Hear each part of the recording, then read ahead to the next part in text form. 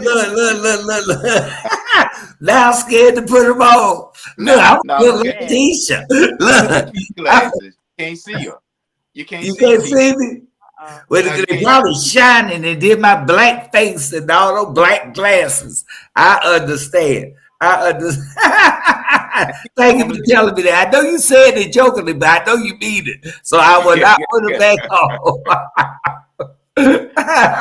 But Tisha gone, man, y'all. Where she Tisha go? made it. There she go again. Tisha Okay. don't be doing that Yeah. on no broadcast podcast with me. I don't know, y'all. Listen. Hold on. We about to work this out. Okay, we getting started. Okay. Okay. Oh, there were the numbers. I see them. Good deal.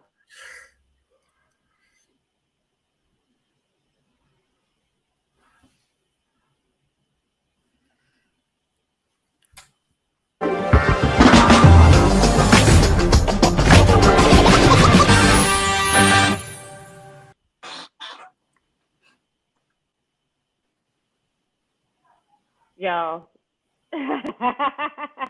Hey, welcome to the Observe where understanding politics is made simple. I am your hostess, Tisha S. Waddell. I am joined by your host, Mr. Elmer Floyd, and we have a very distinguished guest today. And he's already lighting us up, so I can just only imagine what today is going to be like. So I'm very excited to be sharing our microphone with Mr. Charles Evans, former county commissioner for Cumberland County, and also a former mayoral candidate, and we'll talk all about that in just a little bit. But before we jump into the gritty and the city and the word on the curb, Mr. Floyd, how are you today? Well, Tisha, I'm going out this year, and I got a text message from all my creditors that they won't call me until January the 2nd. You got a few more days. Floyd, I don't know why you be trying to act like you Look got at y'all. creditors Look because at y'all. we all know you're not broke. We know you're not broke. But we'll go with it. Listen, we'll go with it. Charles, are you going to be at that thing where they do the black eyed peas and the collard greens? You going to that this year? Are they having it? I don't know. Don't they have it every year? Did COVID Well, stop that? well, um, I'm not familiar about them having it because our district attorney and register of deeds both said that they had dropped it. And I didn't actually, know that. actually, I was talking with someone else about reviving it, and it's not. From what I understand, it's not happening. I'm not sure. I'm out the loop now. I don't know what's Listen, happening. me too. Me too. Commissioner, Me too. I'm not in the loop either. you're Listen, never out of the loop. Yeah, he said I'm yeah, out the loop.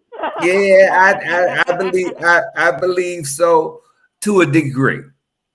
I think Yeah. that I'm out of the loop to a degree because I do have some citizens that still call and want to know information that they feel that I can find out for them, and I do what I can to continue to assist them because they know just as you, Yeah. Representative Floyd and former Councilwoman Tisha Waddell, they know that we have been there and they know about our compassion and concern for them. So Yeah. it's not going to be a day that somebody is not going to call either one of us and say, "Hey, this is what's happening, and I need to know um, how can I remedy this."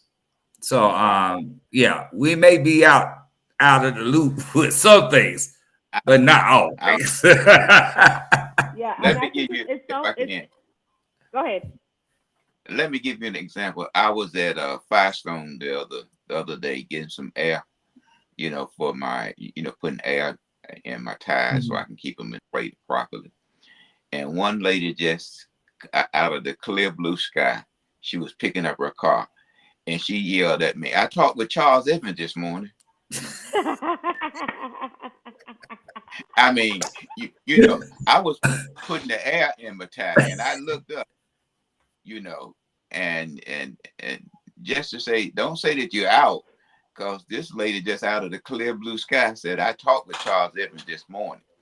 So it wasn't like it was yesterday morning. It was the same day. So you may know the person that I'm speaking of. This was Wednesday afternoon. And so she was singing your praise. So, I mean, you know, I can't sing your praise because you probably won't be successful because I can't sing. Well, I don't know what. While you talking about singing some praises, let me just tell our audience that today, if Charles, if Mr. Evans' screen goes blank, is because he already warned us that he will hang up on us. Oh, absolutely, absolutely. Well, You will be talking to air. You look up. I mean, this is the show. This is the show where that we asked. This is the show that we try to make our audience understand how to make politics understanding and very simple, and how to maneuver through the complexity of the political process. So that's what we do. So when we ask you a question, it's to help our audience to understand and get a better understanding of how government works and how government functions. You've been in this line of work for a long period of time. Everybody can't talk, okay? But you have to have somebody that can talk for you in your absence and get an understanding. You see, I'm not going to send a mechanic to do plumbing work. It just ain't mechanic work. do plumber work. That Yeah, doesn't even sound right. You're absolutely right. You're absolutely right. You're absolutely right. But again, tell us about who you are. Tell us about who you are and what you've done in Cumberland County and the state of North Carolina, because I think that sometimes people, they see us and they don't know. They know the story that other people have told about us. So tell us who you are, how you ended up being such a long-standing county commissioner, and not commissioner, but a Black man who ran at large and dominated in that space for so long. Well, first of all, again, good morning to you, and thank you for having me. Cumberland County, Fayetteville is my home. I was born and raised here, born November 24th, 1959. And so, yeah, I had a birthday not too long ago, and it made me qualified to be a senior citizen, which I'm so proud of. I am so proud of that fact. But the thing is that I love Fayetteville. I attended local schools here. Number of elementary schools, Edward Evans, Newbold, Ashley, all of that, Westlawn School, and it was just a number of schools that I had attended, and Terry Sanford, which I attended as well, and Alexander Graham Junior High School. And even then, during my periods in those schools, especially there at Alexander Graham. But first of all, let me share this with you. I also attended Maddox Memorial AME Zion Church at 444 Gillespie Street. And at the time that I was in attendance there was a pastor there, the Reverend Dr. M.F. Ward. And he worked with the unions. He was a big labor union guy. And he was very proud and would let you know. And he would invite politicians to our church, and they would talk about themselves and why we should commit our vote to them. And there was one particular lady that came, and her name was Sylvia X. Allen. And she was an attorney here. She was a judge here. And she, to me, in my eyesight, she was the bomb. She was very awesome because her spiel to us was about giving to the community and working for the betterment of all people. And I was really impressed. I was a young guy, about 14 years old, something of that nature. And afterwards, I went up to her and asked her, I'm like, do you have anything that a little boy could do? And she said yes. And so I started helping her. I started walking around the neighborhood, handing out her cards, knocking on doors. She would take me to like Chapel Hill, where her daughter was attending school there. That was the first time I ever been to Chapel Hill. But she treated me as I was one of hers, and she taught me a lot.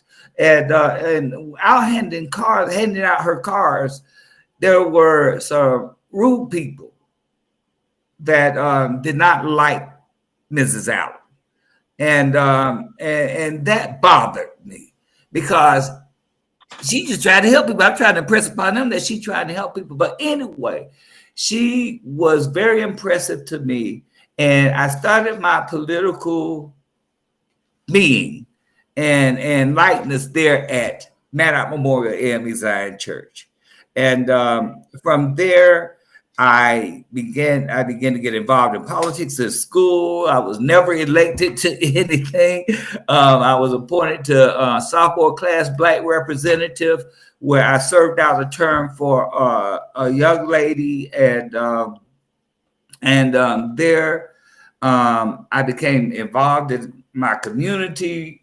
Worked very hard with a couple of people to get our park developed here in our rec center. We had a lady here by the name of Geraldine B. Myers, who was instrumental in making sure that the young people had things to do here.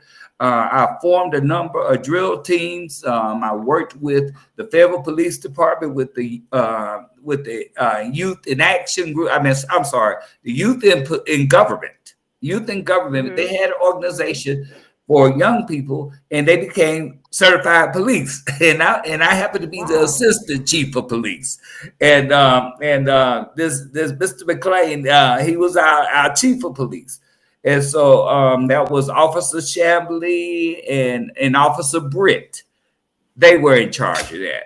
And and I was a member of the Knights of Pythagoras. And Greg Jones, still a good friend of mine today, he was our leader. And so I was a part of that. I was a part of the NAACP as a youth. I was the youth vice chair and the youth president here in Fayetteville. And I tell you what, I met a couple, an older couple, Mr. and Mrs. Scipio Burton, who was engaged in politics here, the NAACP. They were strong in the NAACP. So they took me under their wings, and they asked my parents if I could attend a state convention with them in Wilmington.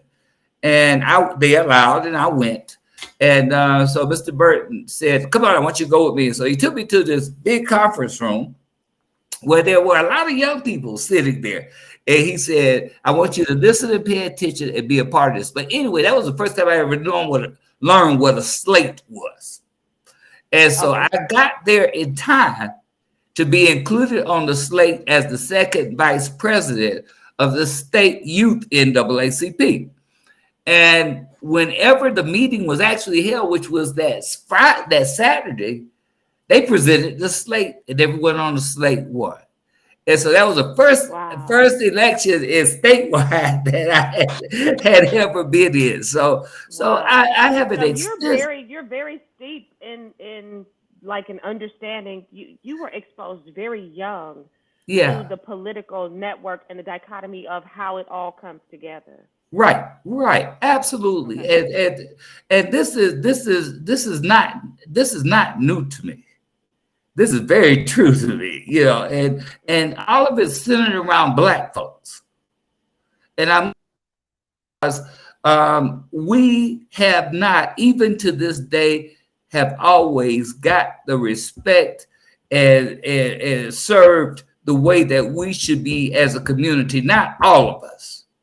And I was speaking with you and Representative Floyd just a minute ago about how people that aren't as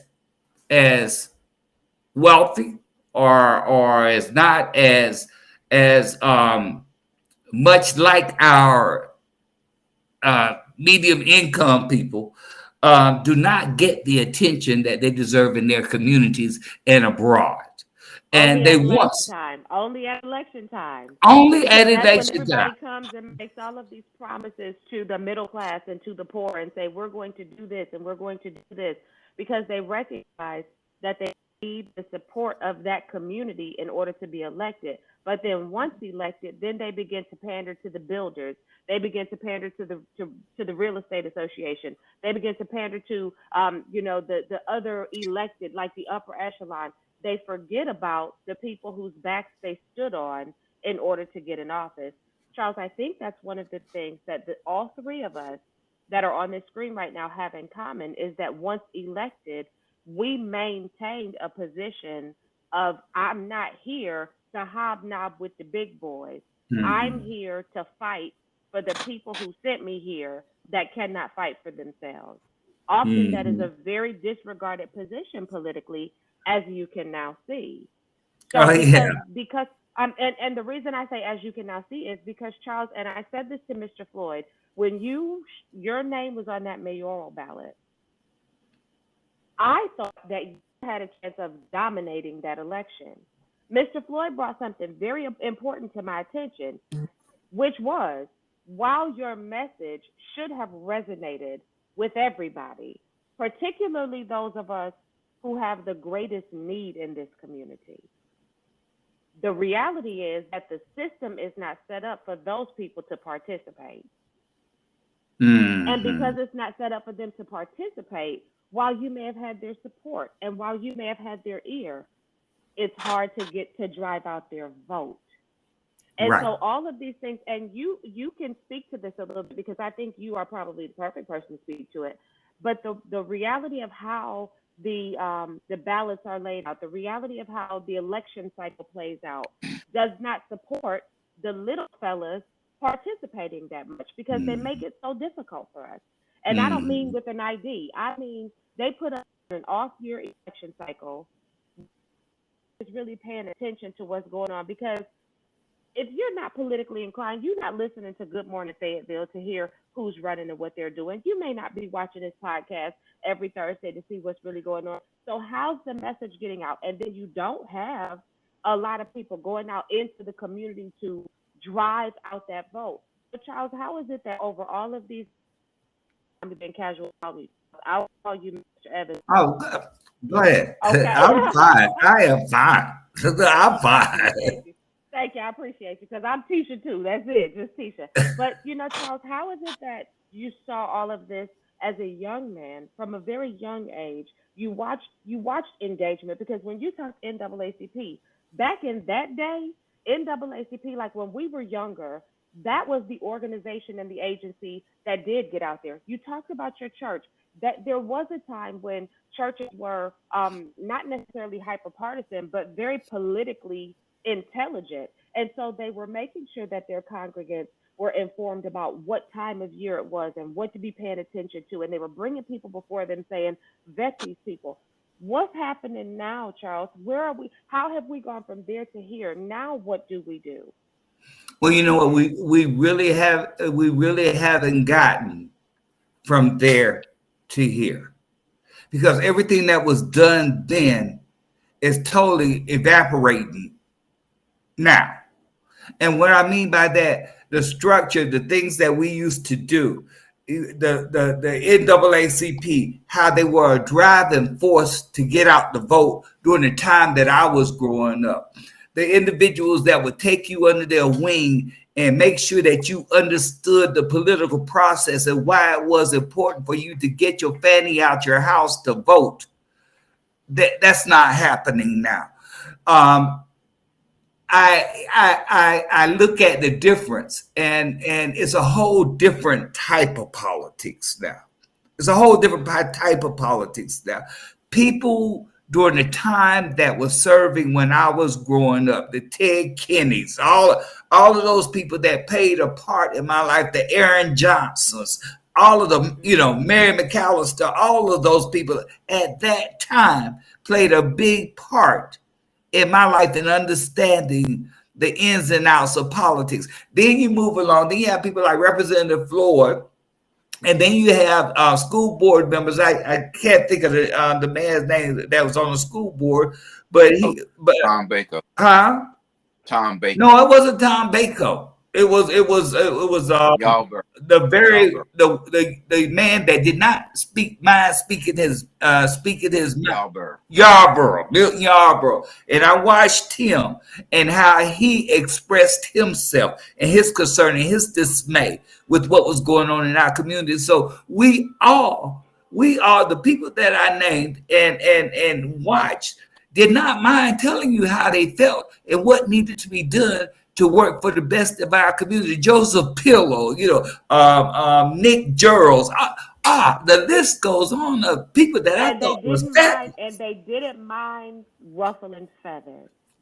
Excuse they me? did not mind standing up and being controversial and ruffling feathers Right. and fighting for a cause. But you know what? Tisha, and excuse me, Councilwoman, for calling you Tisha. but let me share this with you. We do not now stand up for people.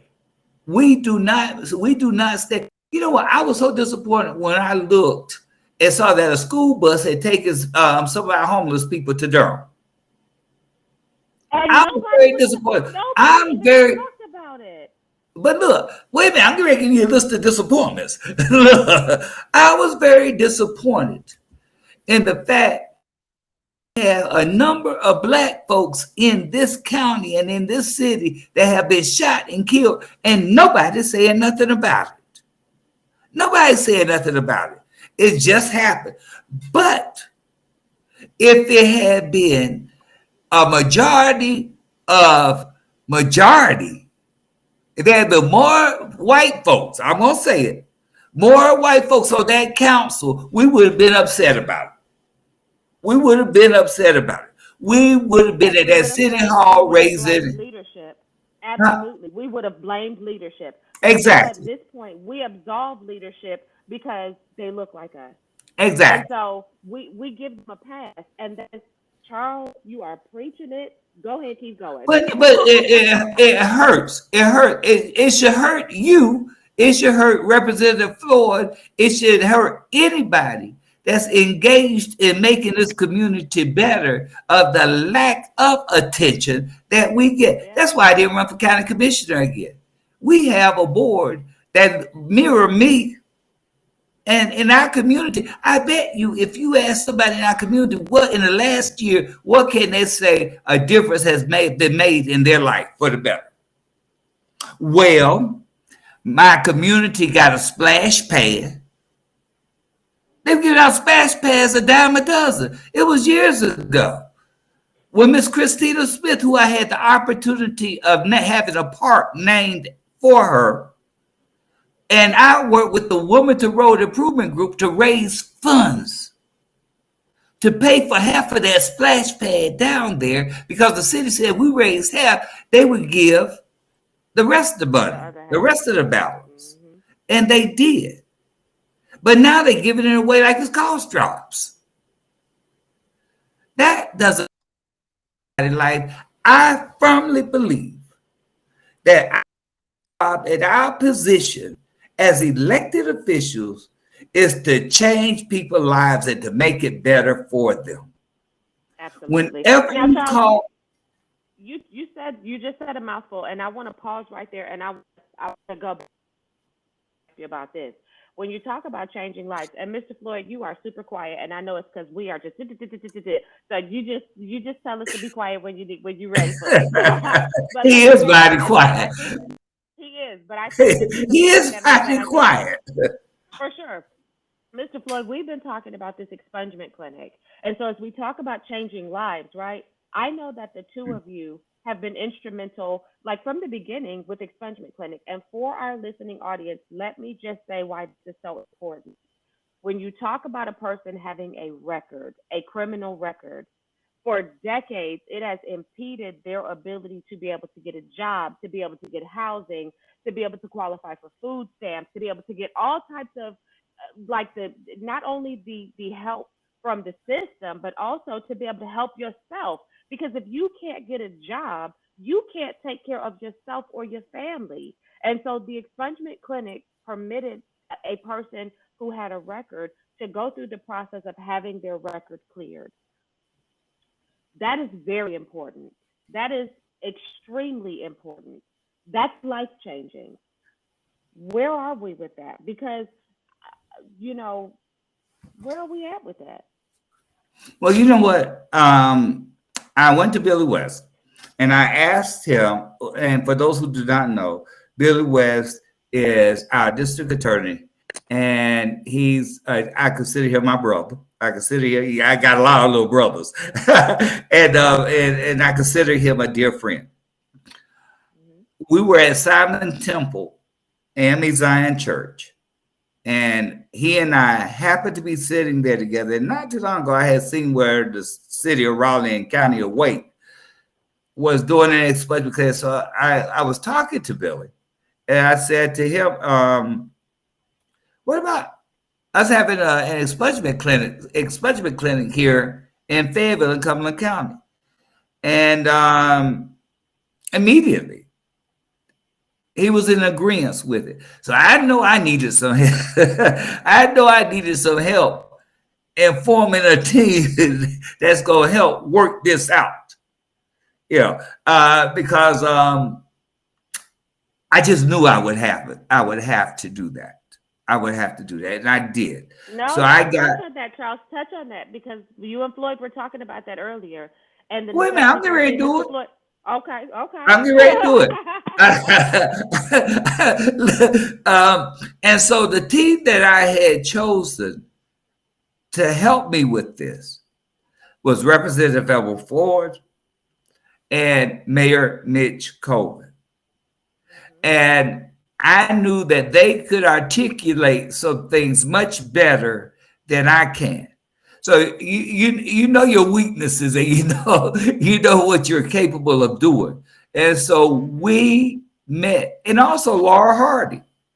Laura Hardy helped us out with that. So we met district attorney, and to this day we have had expungement clinics that have cleared the records of over 1,000 and some odd people. Now, going to Billy and asking him about today's date, I asked him if I was like, okay, we're gonna do this expungement because he said, yeah. He said he talked to Mitch and Mitch was okay with it. And for real, I felt a little funny about that Why because so? Why so? I felt funny about it because this was something that I had brought to the table. And the reason I brought it to the table, by being a convicted felon myself and knowing the difficulties that I have experienced in life, I wanted others to experience a different type of freedom in this community than I have experienced it, with the challenges that I face dealing as a felon and not being able to get the jobs or whatever else it would take to do back Right. because of your record. And so that was the reason for wanting this expungement clinic done. That was the reason for Ban the Box being presented to the Board of Commissioners, which I presented to the Board of Commissioners, and they had voted unanimously to approve that. And so what I'm saying to you, Tisha Waddell, when I can see you, is that is I'm that here still. we are here to do what we need to do to help better all of our constituency life. If that's So, what not do you what you're see being going to done to do, do that now? What do you see being done to do that now, Mr. Floyd, and you too? What do y'all see? We got all these black folks that are in elected positions. What is happening to help the black community, and not just, let me say this, not just the black community, but every disenfranchised person in Cumberland County in North Carolina, because it's not just black folks at this point. Records, it's not, let's not make it seem that way. It's not just black folks who are not well to do, because there's a lot of black folks that got a whole lot of money, and some of them are the ones pilfering a lot of this mess out to the black community. But what is being done to help people who need help? What are y'all seeing politically Let me that's say, being done? let me say this, Charles, if you don't mind. You know, the expungement clinic is your baby. You know, you came to me and asked for my assistance as a legislator, and then as a legislator, you know, I was involved at my level of providing some assistance and getting you know, and legislation to assist in the expungement. What people don't realize, Charles, the service that you provide, if you look at 1,000 plus, and if you look at the money that a person would have to pay to get his or her record expunged, and many of them are not making $15 an hour.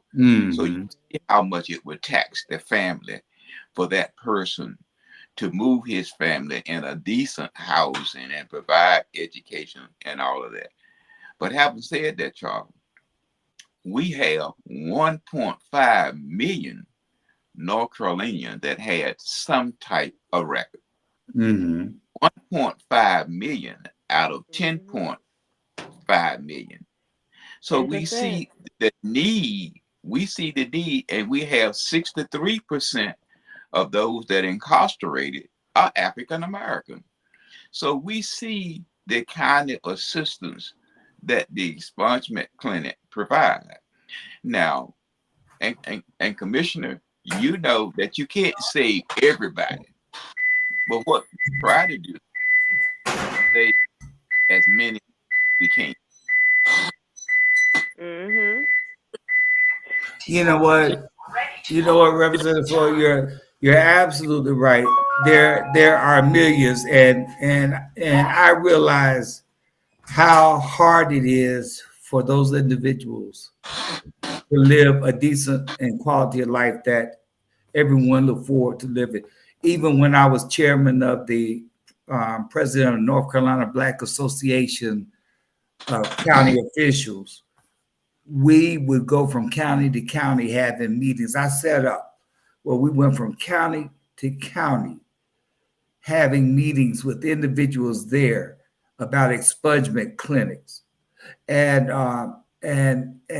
that was a joy for me. We had to talk to some district attorneys on behalf of the residents there to find out if they would be willing to help those individuals, you know, such as Harnett County, Bladen County, just to name a couple. And the thing that hurts me to no end, and I know it hurts you too as well, is that when I look at a board and the board look a lot like me, yes, that could change the lives of those individuals that have been downtrodden and been overlooked for so many years. And we're not doing anything that we could put a finger on that say is going to benefit the least of these. Yeah. That bothers me. And what bothers me. In fact, the opposite is happening, where we have elected officials who are using their position to enrich themselves and at the expense of their community. And one of the things that you said, and I don't know if you said it or somebody said it about you during the mayoral campaign, Mr. Evans, was that you have been in the same neighborhood for a long time. Yeah. And you have served in elected capacity long enough whereby if you wished to have changed your economic standing in this community through your elected service, you most certainly could have. But you did not use your position to enrich yourself. You used your position to enrich your community. And you know what, teacher, thank you for sharing that. I tell you what, because I'm not a wealthy person. I am not. My parents worked hard for this home that I'm staying in. And when my mother passed, she passed it on to me. And I would be crazy to give up something that my parents had worked so hard for. It wasn't easy for Black folks to get homes and to buy their homes and things of that nature. And so, yeah, Somebody probably carry me out of here when it's time to say ashes to ashes, dust to dust. But the one, one thing, and I was going to say, there was one thing that somebody said, well, the poor is going to be with us always. And I know the Bible says that and da da da and all this stuff, and that's well and good. But are we supposed to overlook helping them always No. because they're with us always? No, I think not. And so I know black, white, any race, I work very hard for. Just as Representative Floyd, just as you when you were elected, when all of us were elected, we worked very hard for our constituency. And I'm not seeing that happen now. You can't even get a phone call to some of them. If you make a phone call, I know because I've been there, none of that. People at the housing authority.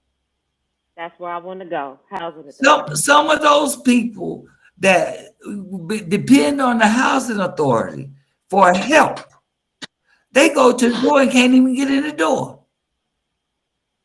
They now live in a Hope 6 project. There's some people that live in Hope 6 where and I had the opportunity to serve in 2000 when we decided to have the Hope 6 project.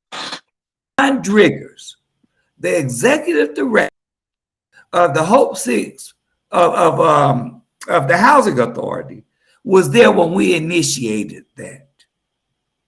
I told her at that time I would not approve this. I would not vote for it if you do not go from house to house and talk to each citizen so that they can ask to feel comfortable in asking the questions and getting the answers that you have to give them. If you don't, for them to make a decision on what they want to do and to understand why this project should be important to them.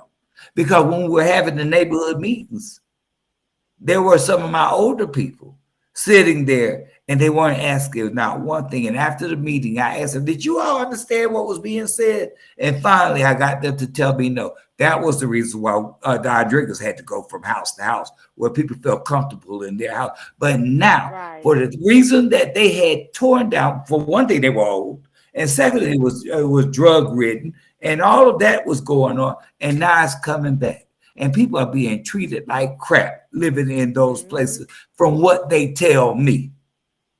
Because I've had the opportunity to go to a couple of meetings and sit there and listen.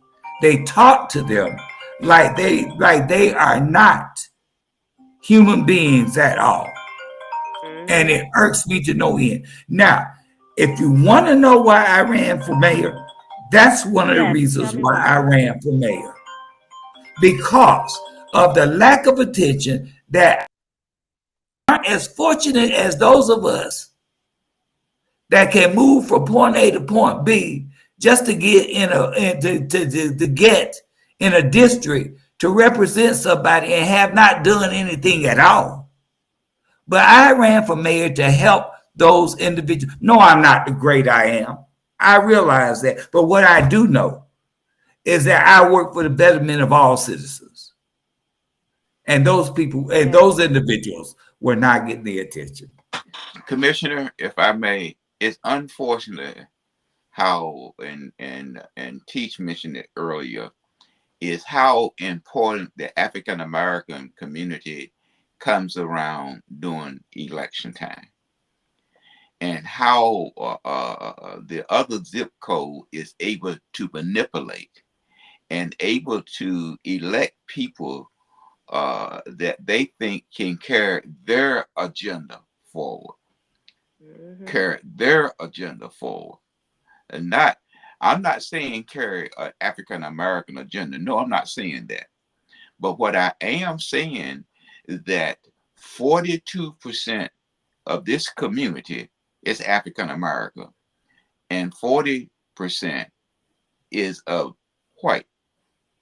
So when we look at the total overall picture, just like I fought for years to annex Shaw Heights, You know, no one sees the need to annex, Shaw Heights. So the concern comes is that we are elected from minority district. So we have a stake in how that minority community should fare in the decision making process. So when we come to the table, which is the appropriate time, and you're a county commissioner, you're a former county commissioner, you must lay out the agenda. And that agenda must include some changes in your neighborhood because you have the pulse of that community. And they are saying to you, Commissioner Evans, speak for me in my absence. They didn't elect you, say, Commissioner, and go there and look in a three-piece suit, okay, and sit in to fit in. We need some changes.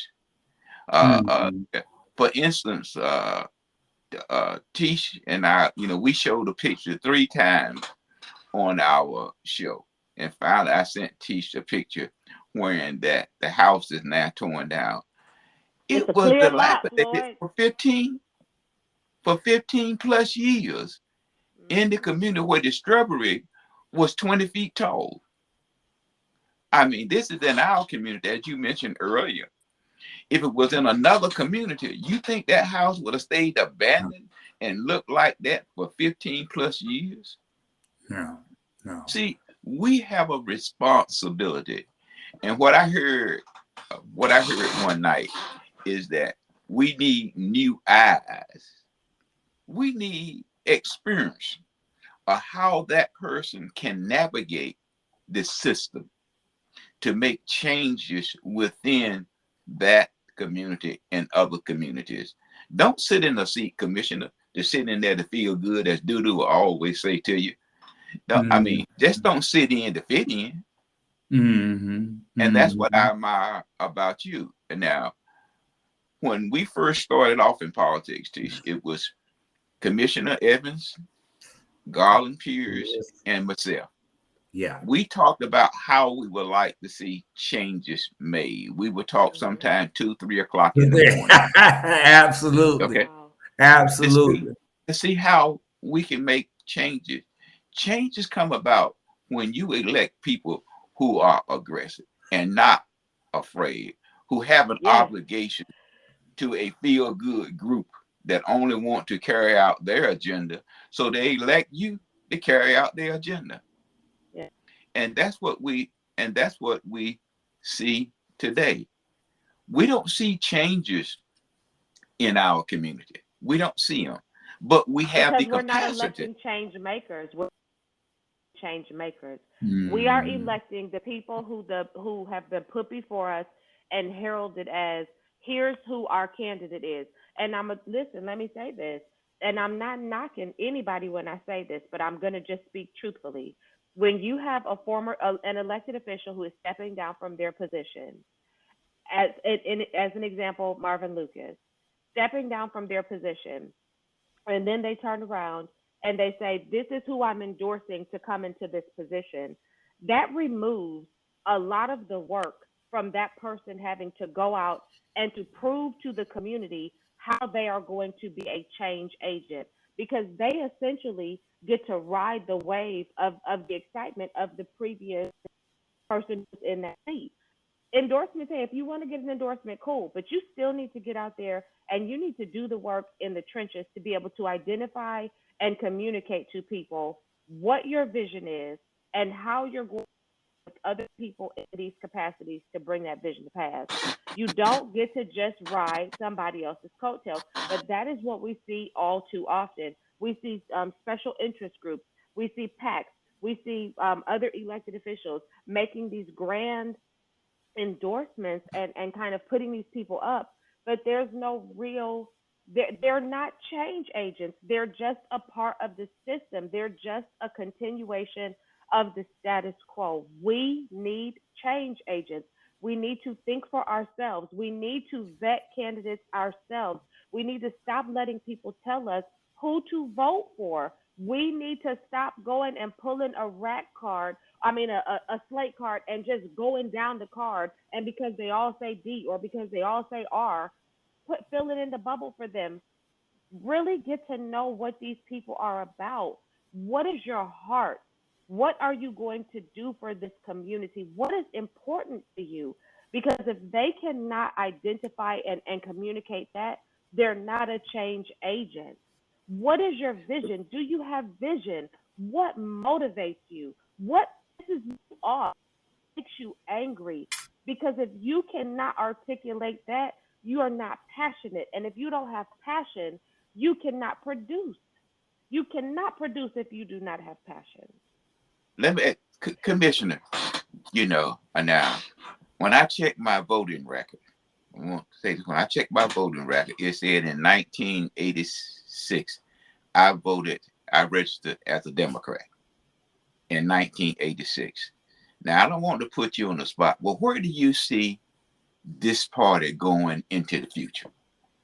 You know what, Representative Floyd, I don't know where this party is going.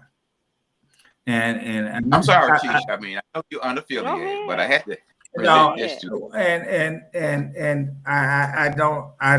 I don't know where this party is going. I don't see the recruitment that needs to take place to encourage other individuals to register and vote and to be a part of this party. What I do see is the same thing that happened as Tish was talking about just a minute ago, passing the torch to someone who is a friend or someone that have probably done a favor for you, and passing the torch to someone who really don't care about this community because this community is not theirs. See, Representative Ford, I understand your passion. I understand your concern, and thanks for mentioning that. Yes, it was you, Garland Pierce, and myself, and you and I stayed on the phone at 2 and 3 o'clock in the morning talking about ways that we felt that this county and this city needed to change. And those changes that we discussed, whenever we got the opportunity to make those changes, they were made. So we were warriors. We were complete warriors and committed. I love that. And committed to being change agents, as Ms. Waddell was talking about, for our community. The warriors, the change agents, I don't see them no more. I am councilman or councilwoman this. Yes. I am commissioner this. Yes. I'm sorry I can't take your call right now messaging. Yes. I'm sorry I don't have time to come out and look at the situation in your home. You know, I talk a lot about Black folks and being underserved, but there's a whole bunch of that are not getting the attention. I love all people. I work for the betterment of all people, just as you two. Republicans, independents, I don't care. Let's just make this thing happen. Let's just make this thing happen. And this thing that I'm speaking of is betterment. BETTERMENT. Betterment for all. You just can't pass the torch to somebody that don't have a proven record of doing anything. You can't do that. But we do it. We do it. Yeah. We pass the torch to someone who probably don't have the same ideals or concerns or compassion that you or the citizens that they're representing have. And it's disgusting. Yep. And they won't even come on a program like ours, Floyd, to prove to the voters what they think, feel, or believe. They go to where they know they're not going to be asked anything that's going to make them have to think or be outside that box. They stick to the status quo. They stick to the program. And you know what? Ms. Waddell, if you don't mind, let me say this. And for those who happen to be listening or watching and watching in the near future, trust and believe. This is not a session attacking anybody.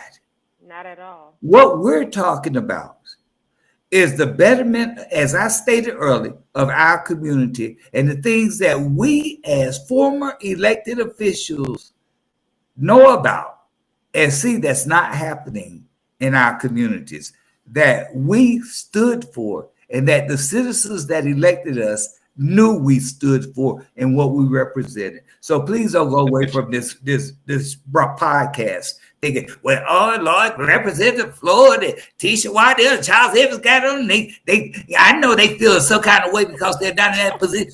No, you do that if you want to. You are lying. Yeah, that's not the case. You are lying. Yeah. And I tell you what, and speaking of lies, I've been the necessary.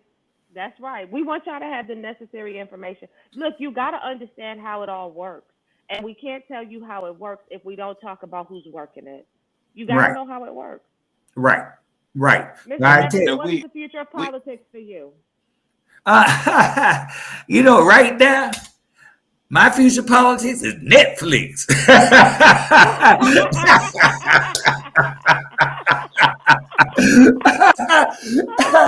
I am enjoying Netflix so much.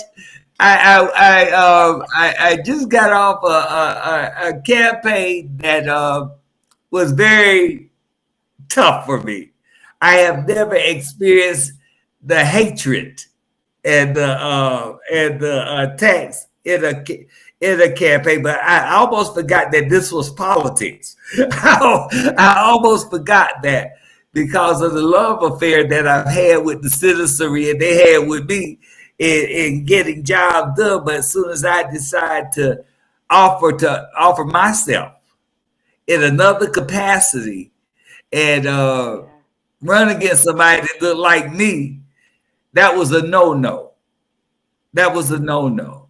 And it's sad that over these years, as I have grown up and watched other politicians and watched lawmakers and all of them try to encourage us to be in the when I say us, I'm talking about black folks, to be in the political process, either voting or seeking office for the betterment of our community. They never said that we were going to end up attacking each other and lying on each other. Yeah. And that's sad. Whenever you run for office and when you have representing you on the campaign trail, early on, you go to greet somebody else. You ask them to vote for the person that you're out there working for and giving a litany of things that this person stands for.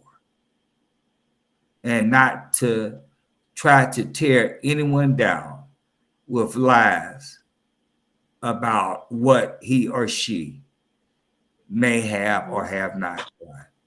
We deserve better. Commissioner, let me say this.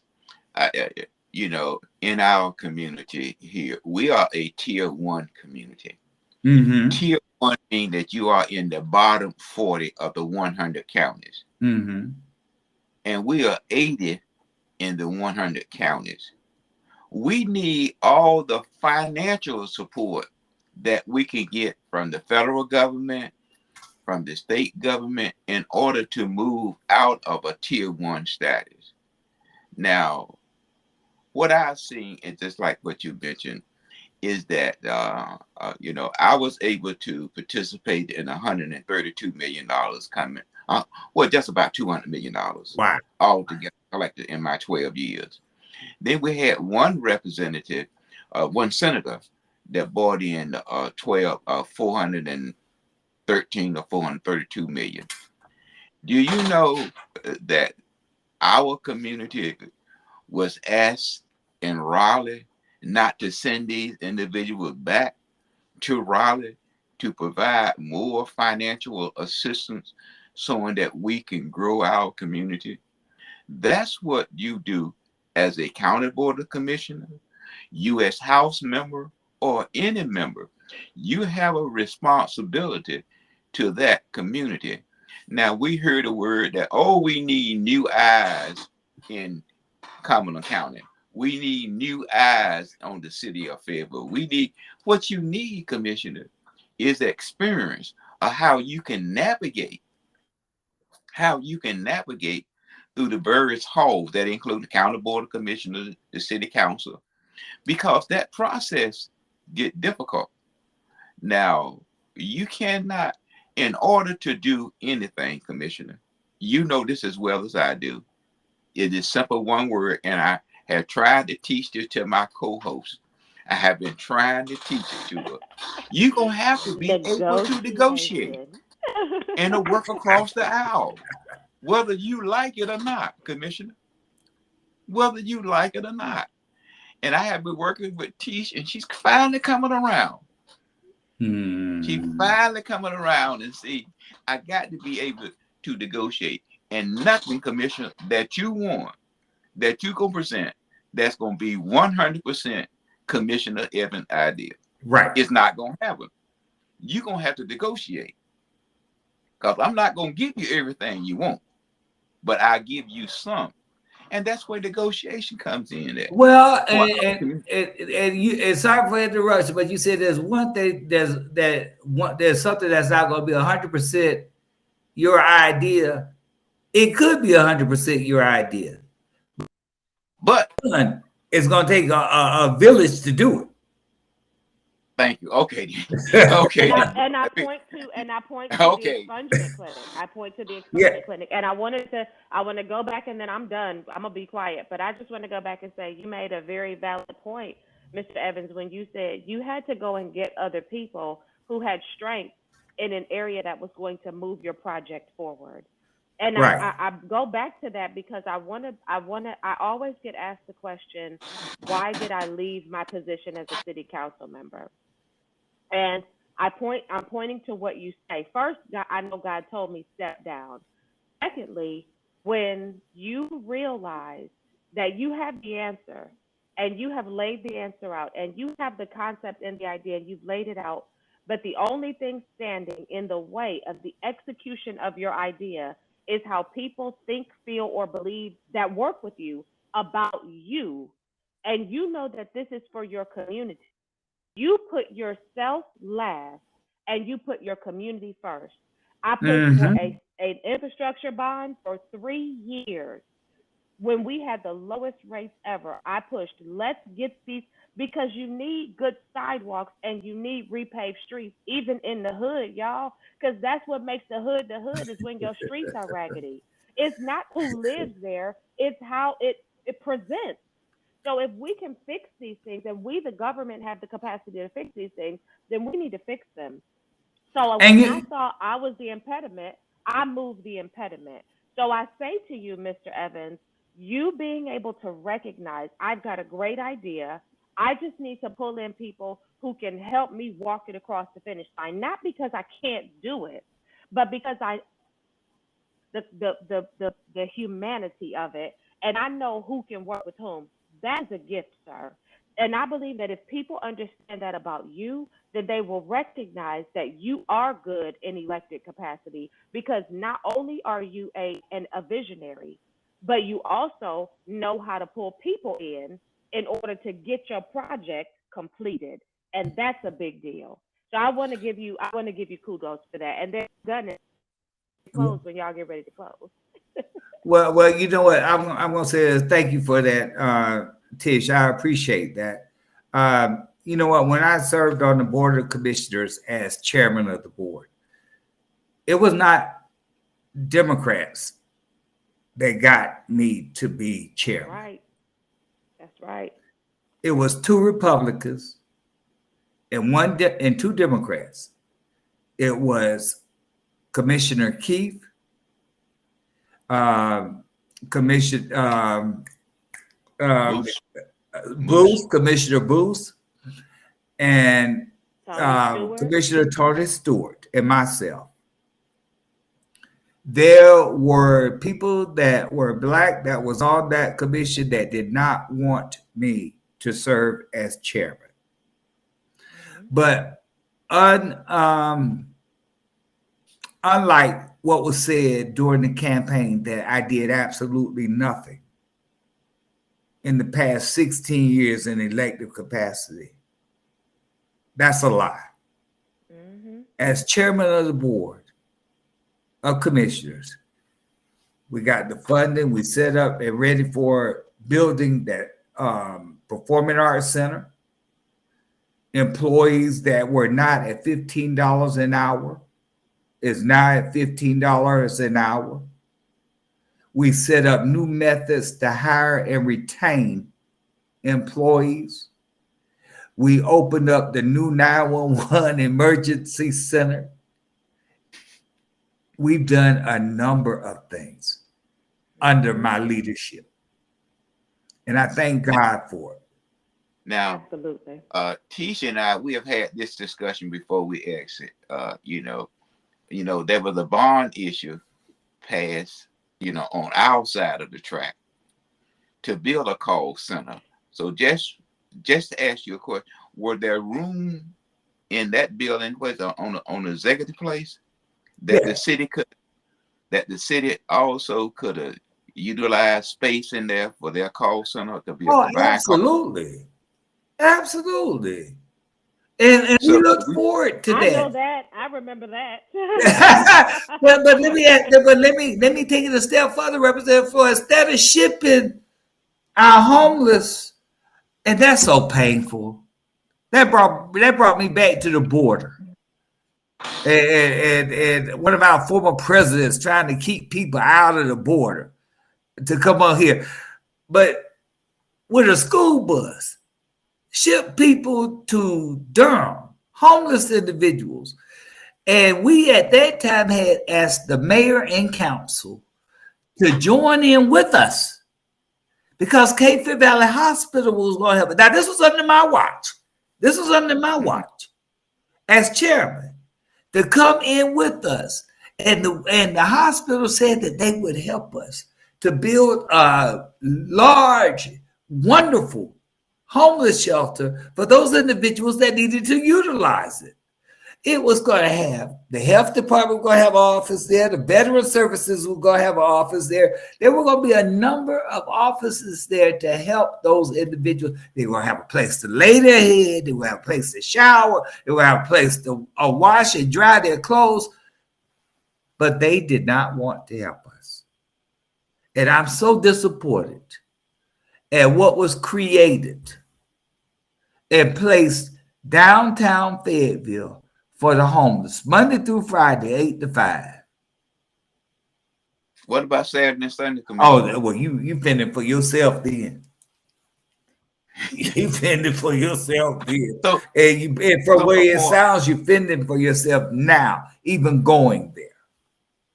So my point goes back is that there's space in there for the call center instead of spending $33 million to build a center. And my understanding in talking with Teach, there's technology that's a little single line that's going to connect those two centers together for $33 million. Well, they're going to be connected now. They're going to be connected. You think so? It's a line. Yeah. I mean, it's a little fiber line, Commissioner, just like how I charge my cell phone. Mm-hmm. That's going to connect the two. Well, and I guess my connection was with the city. I don't know why it's so hard for the two governing bodies to work together for the betterment of this entire community, city and county, and save millions of dollars in doing so. You know, when I first was elected, we had this thing, you were there, Representative Floyd, we had this thing down in my church, the Second Baptist Church. The first time I was elected to the Board of Commissioners, and the members of the Board of Commissioners came there, except for Jimmy Keefe, they came to welcome me. And remember, Jeanette was there, and she was pretty much the MC, and Billy King was there, and he said he had to be there. He thought it was more important to be there. He was on his way to Texas, so he changed his flight to be there. But in the process of saying that, the very first thing out of his mouth was after that was that you must know we don't like the city, and he lives in the city. I cannot understand for the life of me why we as people cannot come together It's all about who's gonna be. Let me answer. Let me tell you. I know the answer. It's all about who's in charge. huh? It's all about who's going to be in charge. Because Charles, you know, just as I know, even when it came down to the conversation with the 911 call center, it all was about who was going to have control and Right, be in charge. Is the right. city going to be in charge? Is the county going to be in charge?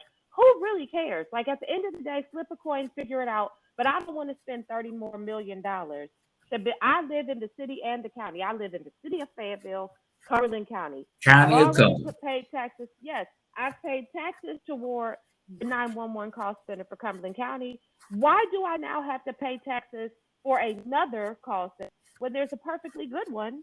And I was on the city council when this conversation was going on, and I watched them sit there and play chess with the county and get out chess and get checkmated because we were sitting there trying to figure out and it was three people sitting there trying to figure out how we could be in charge. And I was like, y'all, this is the dumbest conversation ever. Ever. Ever.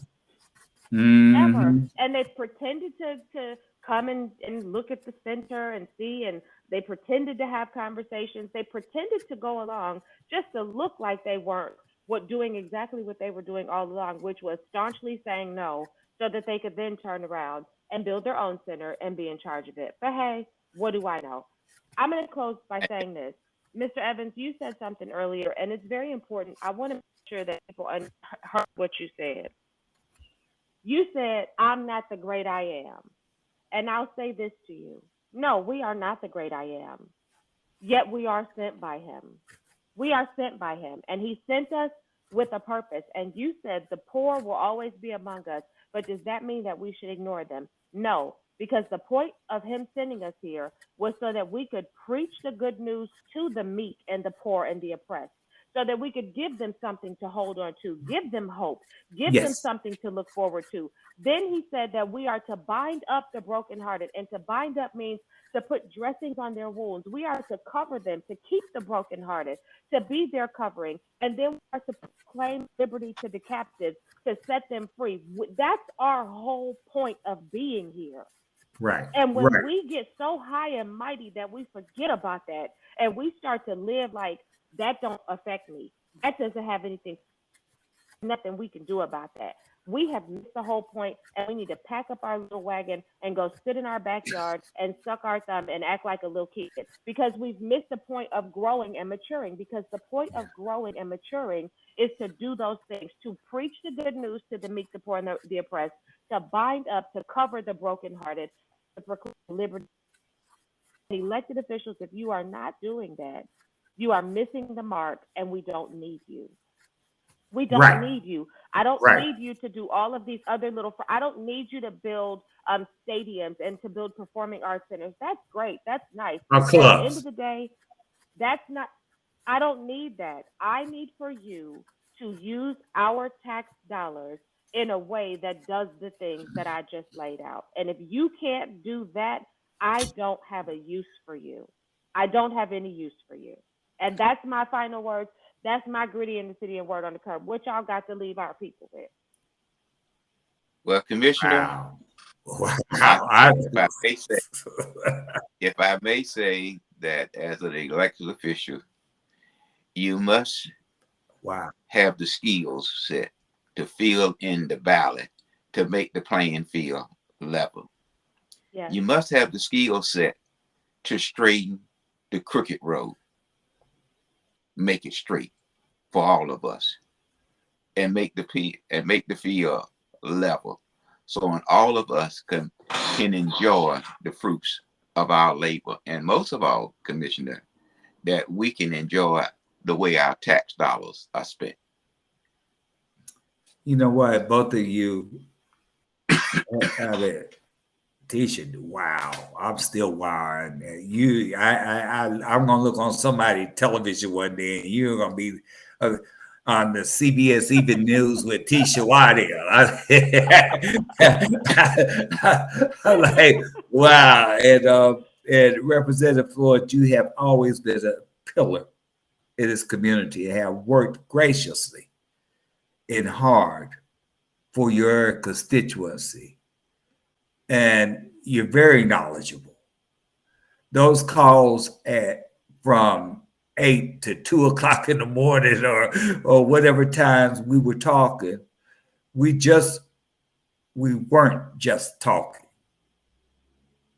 We were speaking concern and how we could improve what is not being done in our community.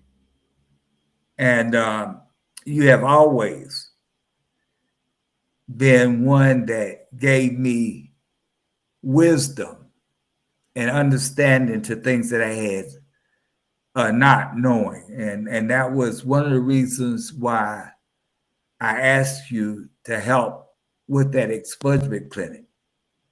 You came in, you created laws, policy that will benefit those of us that are like, when I say us, I mean, because I'm one of those individuals that you help make life better. And that's the goal of each elected official. Yeah. Is to make life better. Yeah. For each and everybody that you serve. And when you serve, you may come from a district, but you're serving the city of Fayetteville and the county of Cumberland.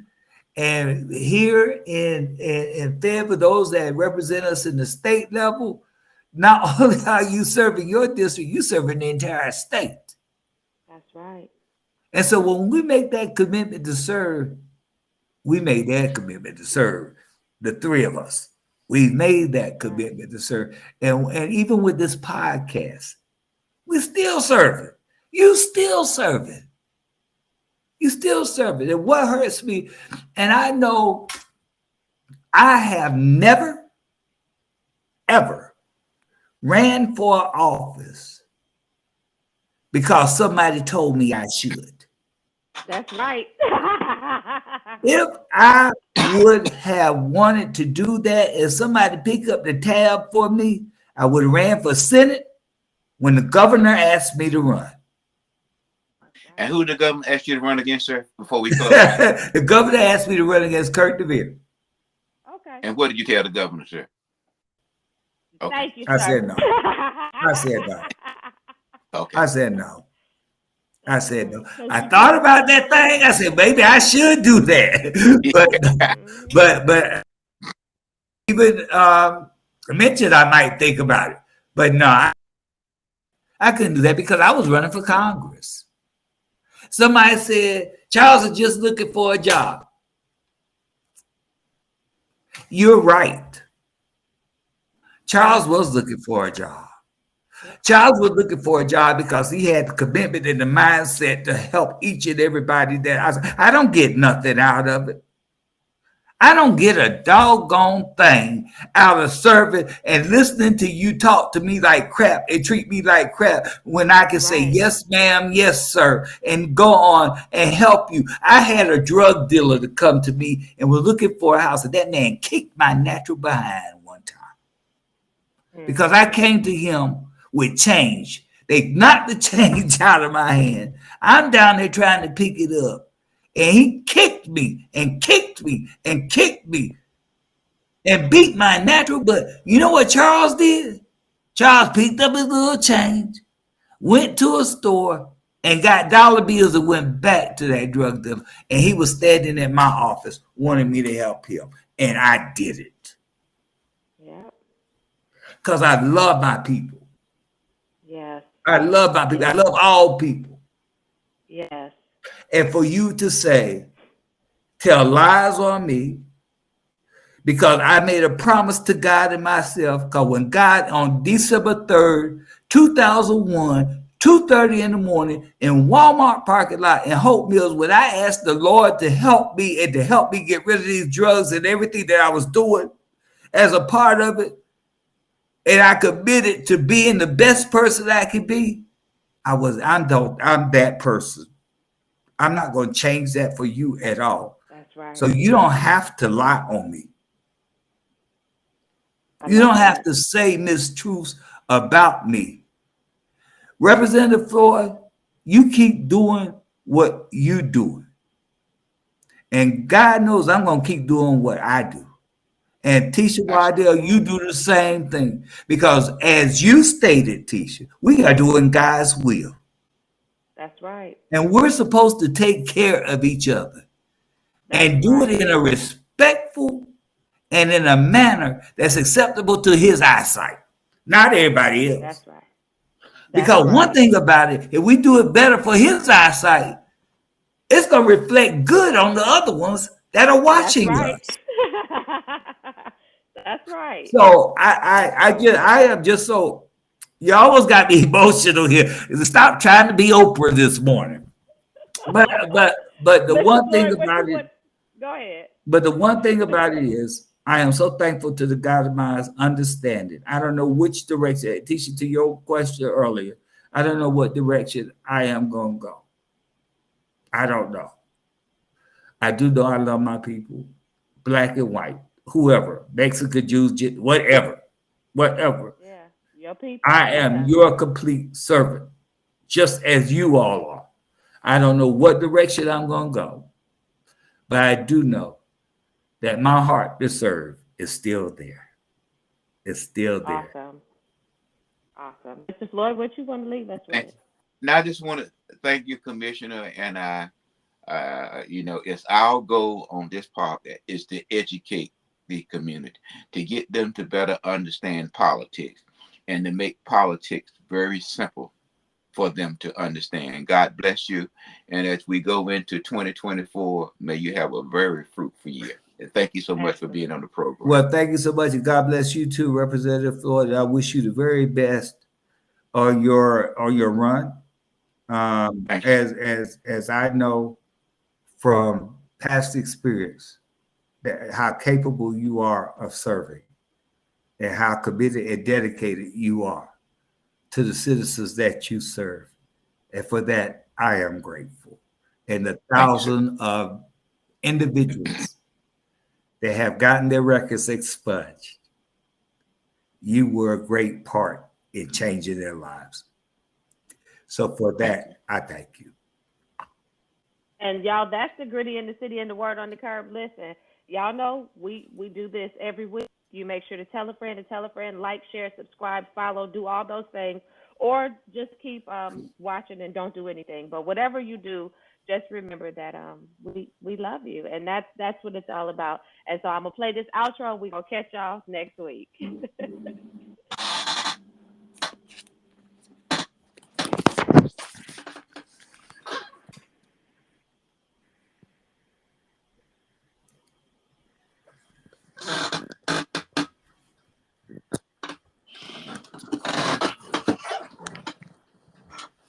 Okay, forget that outro. We'll catch y'all next week. Bye, y'all. Bye-bye.